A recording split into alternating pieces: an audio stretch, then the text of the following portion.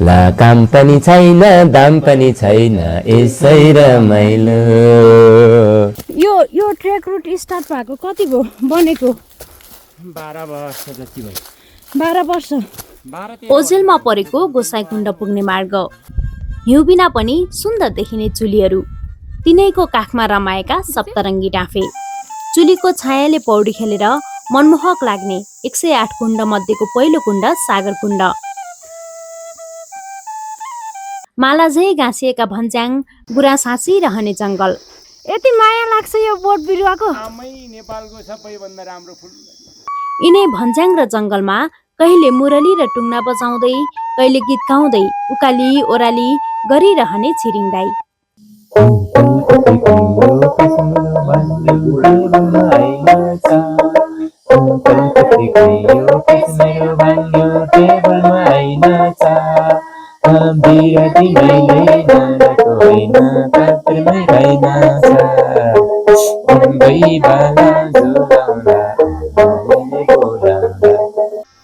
आदिवासी जाति योल्मो समुदायका छिरिङ दाई, जसले 24 वर्षको उमेरमै वडाध्यक्ष बनेर आफ्नो पुरै जिन्दगी गाउँठाउँ र देश बनाउन खर्चिए। तल्लो बाटो त पहिल्यै फेरि म गाविस अध्यक्ष हुने बेलामै 4 फुटको बाटो खने उठ्यो के, जम्मा 27 किलोमिटर उता हाम्रो शेर्पा गाउँदेखिको गोसाइकुण्डसम्म। हाल तादी गाउँपालिकाका कार्यपालिका सदस्य समेत रहेका छिरिङ दाई योल्मो समुदायको कला संस्कृति बचाउँदै पुस्तान्तरण गर्न लागि पर्नु भएको छ। डोला से होले बोम्बा से योले बोम्बा यो। यसको यो दुईटाको छ नि माला डोबे छुको भन्नेको चाहिँ मिनिङ चाहिँ तलतिर जाने खोला मासतिर फर्काइएर आइदिएको भए हुन्थ्यो, तर रमाइलो गर्ने साथीभाइहरू जीवनभरै सँगै बस्नु पायो भने झनै रमाइलो हुन्थ्यो। तर एकछिन रमाइलो गर्ने भोलिपल्ट छुटेरै गइहाल्छ, के रमाइलो भयो भनेको थिएँ। काठमाडौँ बुढा नीलकण्ठबाटै वा नुवाकोटको समुन्द्रटार दुप्चेश्वरबाट सुरु गरेर माला भन्ज्याङ, सागरकुण्ड, राउचुली, नौकुण्ड हुँदै गोसाइकुण्ड पुग्न सकिने यो मार्गमा सबैभन्दा धेरै कुण्डहरू पर्दछन्। यद्यपि हाम्रो यात्रा भने माला भन्ज्याङ हुँदै राउचुलीसम्मको मात्र रहनेछ। डाँफे मात्र रमाउने यो चुलीमा छिरिङ दाइका बाउबाजेले बनाएको ओडारको घर, व्यवसाय गर्ने नेपाली कागजका बोटहरू, छिरिङ दाइले बनाएको ओखती, बाटो, उनका सपना र सङ्गीत यहाँको यात्राका थप विशेषता रहनेछन्।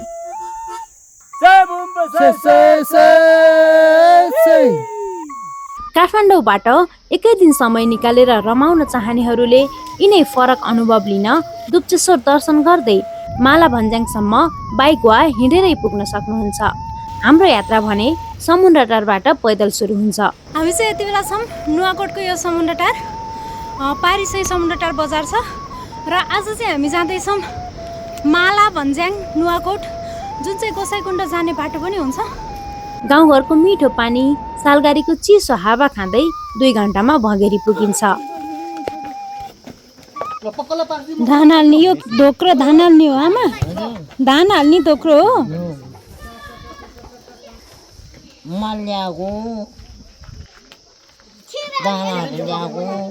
भँगेरीबाट उकाली लागेपछि सल्लाहका सुसेलीसँग जिस्किँदै पुग्न सकिन्छ बाघमारा।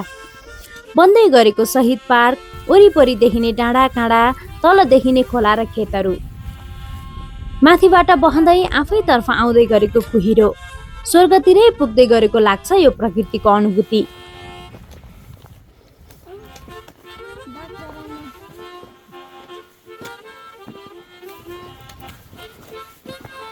गाउँमा बाघ चराउने गरेको बानी, यहाँ पनि बाघ छ कि भनेर खोज्दै खोज्दै हिँड्न मन लाग्यो। मोटर बाटो पुगेको जङ्गल निकुञ्जको मध्यवर्ती क्षेत्रमा रमाउँदै झमक्कै साँझमा हामी पुग्यौँ माला भन्ज्याङ, छिरिङ दाइको नोरकुलिङ होमस्टे। माला भन्ज्याङ, हजुरलाई चाहिँ किन यहाँ आएर बस्न मन लाग्यो? मान्छे काठमाडौँमा बसेर 1 वर्ष बाँच्नको निम्ति लाखौँ खर्च गरेर बस्दो रहेछ। म यहाँ बस्यो भने 15 वर्ष चाहिँ म बिना औषधि बाँच्न सक्छ भन्ने आशाले बसेर आफ्ना बाउबाजेको सम्झनामा यही गाउँको जीवनमा रमाउँदै यिनै पाखा पखेरामा सुन फलाउने, यसैलाई स्वर्ग बनाउने सपना बुन्दै बित्छ छिरिङ दाइका अहिलेका दिनहरू। अब सागरकुण्डमा चाहिँ गोट होमस्टे एउटा बनाउँछु। अनि एउटा त्यो याक चाहिँ त्यहीँ राख्छु अनि त्यो यात्रु आउनेहरू फोटो खिच्ने अनि त्यहाँ मान्छे आउने बेलामा खाना बनाएर खुवाउने नभए याकले घाँस काट्ने खुवाउने पानी दिने बारीमा लगाएको ग्राउन्ड एप्पल अर्थात् भुइँस्याउको ओखती आफैले वर्षौं लगाएर बनाएको टुङ्नाको धुन छोराले ल्याइदिएको मुरली र शेर्पा गीतले स्वागत गर्नुहुन्छ यहाँ आउने पाहुनाहरूलाई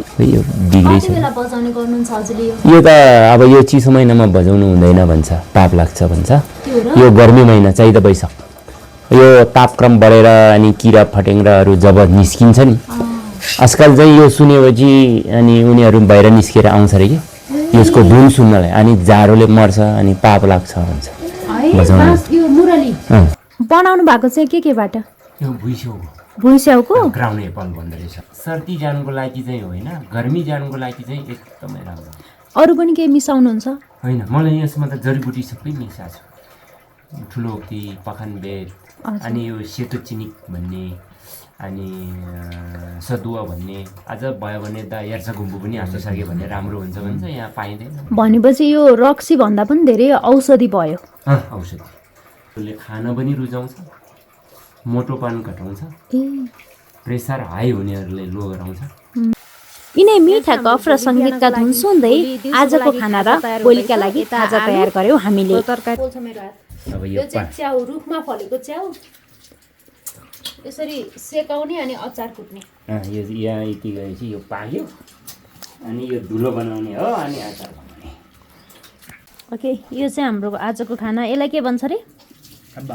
छ्याम्बा मकै र फाफरको ढेँडो यो च्याउको अचार र यो आलु र बरेलाको तरकारी पारी देखिएका माला झैँ उनिएका भन्ज्याङमा घामको किरण उदाउँदै गर्दा निकै मनमोहक देखिन्छ दृश्य आफैले पहल गरेर बजेट पारेर बाटो बनाउनु भएका छिरिङ दाईलाई साथमा लिएर हामी उकालोतर्फ लाग्यौँ यो 5 वर्ष योजना भने माग गर्ने मै हो यो मैले चाहिँ राजधानी पैदल यात्रा गोसाइकुण्ड लामटाङ भन्ने शीर्षक मैले माग गरेको हजुर अनि यो तल चाहिँ यो बाटोहरू उनीहरूले घन मिटरमा दिएछ अनि जति अल्गो सिँढी लगायो उनीहरूले फाइदा हुँदो रहेछ काम गर्नेलाई त्यसले गर्दा यो सिँढी अल्गो छ कि हाइट अल्गोमा यो उकालोमा हिँड्न नसक्ने बुढाबुढी त यहाँ त 12 इन्चीको छ यो ढुङ्गा त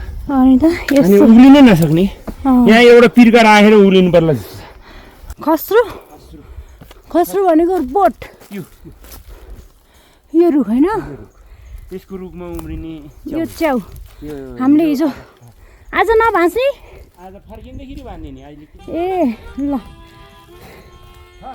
गोसाइकुण्डसम्म पुग्दा सबैभन्दा धेरै कुण्डको दर्शन गर्न पाउने भए तापनि यो बाटो त्यति प्रयोगमा भने आउन सकेको छैन र पनि बाउबाजेको परिश्रम जोडिएको छ यहाँ छपक्कै फुल्ने नौथरी गुराँसका बोट र नेपाली कागज बनाउने लोक्ताहरू यसैका लागि भन्ज्याङमा बसाइ सरेका थिए छिरिङ दाइका बाउबाजेले पहिला हाम्रो यो बोट कागजको यो हो लोक्ता नेपाली कागजको लोक्ता कच्चा पदार्थ चाहिँ यो बोटको नाम चाहिँ लोक्ता यो चाहिँ कागती बोट भन्छ कागती बोट नेपाली कागज बोटकै भन्छ कागज बोट नै भन्छ भनेको यसको लोक्ता भनेको बोक्रा यो बोक्रा निकालेर अनि पकाएर अनि बनाउने हो यसलाई हजुरलाई आउँछ यो विधि खै बनाएकै छैन अब सिक्यो भने त आउँछ है मैले यसपालि पालिकामा बजेट राखेको छ यो सिक्नको लागि सिकाउनलाई तालिम दिएन हो नि यो बाउबाजेको काम छोड्नु भएन चौरी पालन र त्यो लोक्ता बनाउनु पाउनुपर्छ र हामी त्यसपछि चाहिँ हामी फेरि पुनः यो गोठ पाल्ने काममा फर्किन सक्छ नभए भने आयसो छैन किन बस्नु फेरि प्रकृतिसँगै रमाउन फर्किनु पर्यो क्या होइन वास्तवमा यो बाटो हुँदै पहिले सागरकुण्ड दर्शन र अन्य कुण्डलाई दाहिने पार्दै गोसाइकुण्ड सूर्यकुण्ड हुँदै फर्किएर सक्नुपर्ने रहेछ गोसाइकुण्ड यात्रा तर बाटो गाडी र बासको व्यवस्थापन हुन नसक्दा यो बाटो त्यति प्रचलनमा नआए पनि प्रकृतिमा रमाउँदै हिँड्न चाहनेहरू भने अक्कल झुक्कल आउने गर्दछन् यहाँ बिहानी घामको किरणसँगै पर्ने चुलीको छायाले समुद्र चाहिँ गहिरो देखिने सागरकुण्ड पुग्न करिब 2 घण्टा हिँड्नु पर्यो यस्तो गहिरो देखिरहेको छ है सर गहिरो देख्छु म त के रहेछ त्यति गहिरो भनेर सोचिरहेको एउटा मुहान छैन पानी आउने ठाउँ, एउटा निकासा छैन, ऊ त्यो ढिल काटेर तलतिर कहिले बर्खामा यहाँ ऊ त्यहाँबाट यत्रो ठुलो भल आउँछ तर त्यो नाङ्गेर जाँदैन।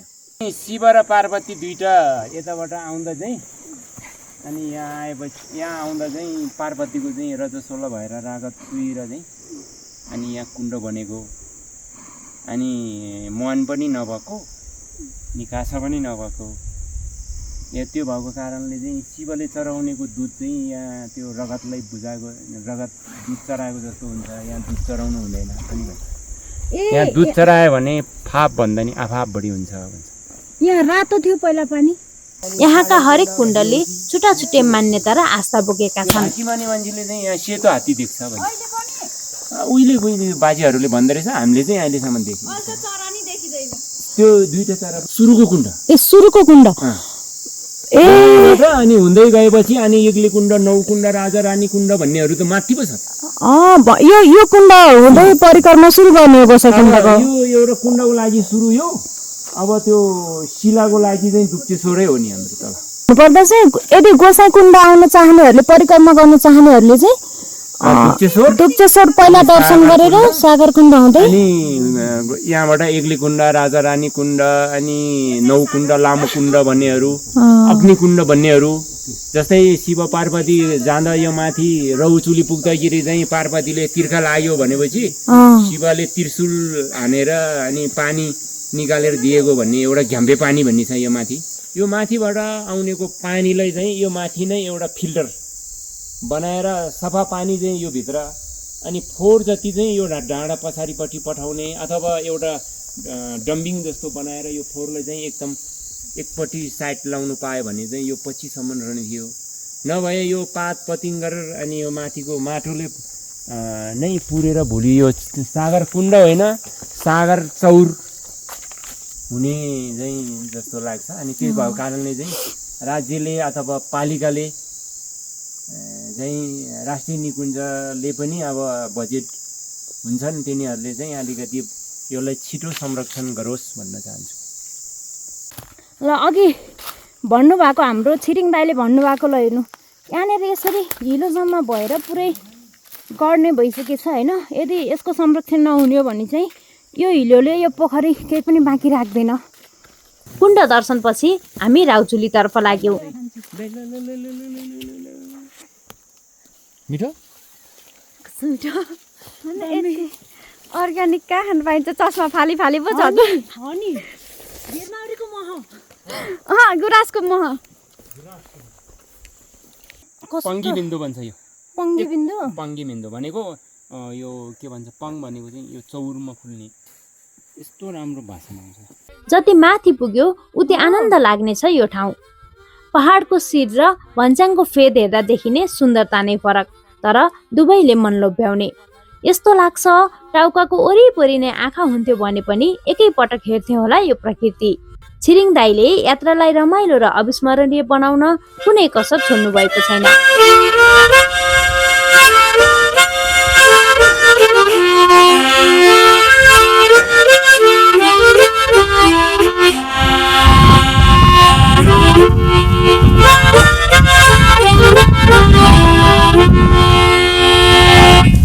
अनि त्यो सूर्यकुण्डको पानी चाहिँ यो चौहाडाको पानीमा मिसेको छ। यो गोसाइकुण्ड चाहिँ त्रिशुली खोलामा त्रिशुली के अरे उता केरुङबाट आउने पानीसँग मिसेर गएर उहाँ त्रिशुली बन्यो। त्रिशुली बनेर उहाँ देवीघाटमा भेटेको छ कि। अनि त्यहाँबाट यो बिचको जग्गा चाहिँ देवभूमि भन्दो रहेछ कि। हामीसँग दिन पुरै बाँकी रहेकोले पनि बिस्तारै रमाउँदै चुली पुग्यौँ। राउचुली हामी चाहिँ आइपुग्यौँ राउचुली। ल यो रुटबाट आइपुग्नु भएकोमा विशेष गरेर चाहिँ मुरी धन्यवाद दिनु नि पर्छ मैले। यो ठाउँको नाम राउचुली कसरी रहन गयो? र भनेको बाख्रा, ऊ भनेको ओडार, तामाङ भाषाबाट यहाँको स्थानीयहरू यहाँ बस्दा बाख्रा गोठालाहरूले राखेको न हो। चुलीबाट काठमाडौँ निहाल्दै छिरिङ दाइको सङ्गीत, हावाको सुसेली, हिमालका चुचुरा, भन्ज्याङको हरियाली, चिसो हावाको मिठो स्पर्शमा आफैले लगेको रोटी तरकारी खाएर एकैछिन विश्राम गर्दै हामी ओडारको घरतर्फ लाग्यौँ। यो चाहिँ रहेको राउचुलीमा भएको ढुङ्गा र यहाँ चाहिँ ढुङ्गामा ओडार छ। अनि सदुपयोग राउचुली हुँदै गोसाइकुण्ड पुग्ने तीर्थयात्रीहरूको लागि चाहिँ बस्न व्यवस्था गर्नको लागि छिरिङ दाइले यहाँ यसरी गेट पनि ढोका पनि बनाएर ओडारको व्यवस्था गर्नुभएको छ। र यहाँबाट चाहिँ बस्ने सामानहरू छ, ग्यास पनि लिएर आउनु भएको छ। यता सुत्नको लागि चाहिँ सबै सामानहरू पनि जम्मा गर्नुभएको छ, पकाउने खाने व्यवस्था। यो बाटो हुँदै हिँड्ने पर्यटकहरूको सहजताको लागि यति ठुलो ढुङ्गाको ओडारमा बास बस्न मिल्ने बनाएका रे छिरिङ दाइका बाबुबाजेले। यो ठाउँमा कुनै महल भन्दा कम लाग्दैन यो घर। खान बस्न सबै सुविधा सम्पन्न यस घरको अनुभव कस्तो होला त? तपाईहरूलाई पनि आजै पुगौ जस्तो लागेको होला। प्रकृतिमा रमाउन निस्किँदा पनि फरक अनुभव लिन छोडेर काठमाडौँकै जस्तो भिडभाडमा पुग्नुभन्दा यो बाटो हुँदै चुलीसम्म या कुण्डसम्म आउने मन कसलाई नहोला र? यो समयमा चुली हुँदै गोसाइकुण्डसम्म पुग्न चाहनुहुन्छ भने आफैले टेन्ट र खानेकुराको व्यवस्था गरेर एक्लै वा ग्रुपमा पनि आउनुभयो भने भरियाको व्यवस्था छिरिङ दाइले गरिदिनुहुन्छ। राउचुलीसम्म पुगेर फर्किने हो भने त रित्तै आउनुभयो भने पनि फरक परेन। अझ एकै दिन यही ओडारको महलमा बस्ने अनुभव पनि लिन सक्नुहुन्छ। मलाई थाहा छ यो भिडियो हेरेपछि तपाईहरू पनि यो ठाउँ नआइरहन सक्नुहुन्न। त्यसैले डिस्क्रिप्सनमा रहेको छिरिङ दाइको नम्बरमा सम्पर्क गर्नुहोला। माला भन्ज्याङमा छिरिङ दाइको घरमा बसेर म पनि पुगेँ है भनेर यो भिडियोमा कमेन्ट गर्न नबिर्सनु है।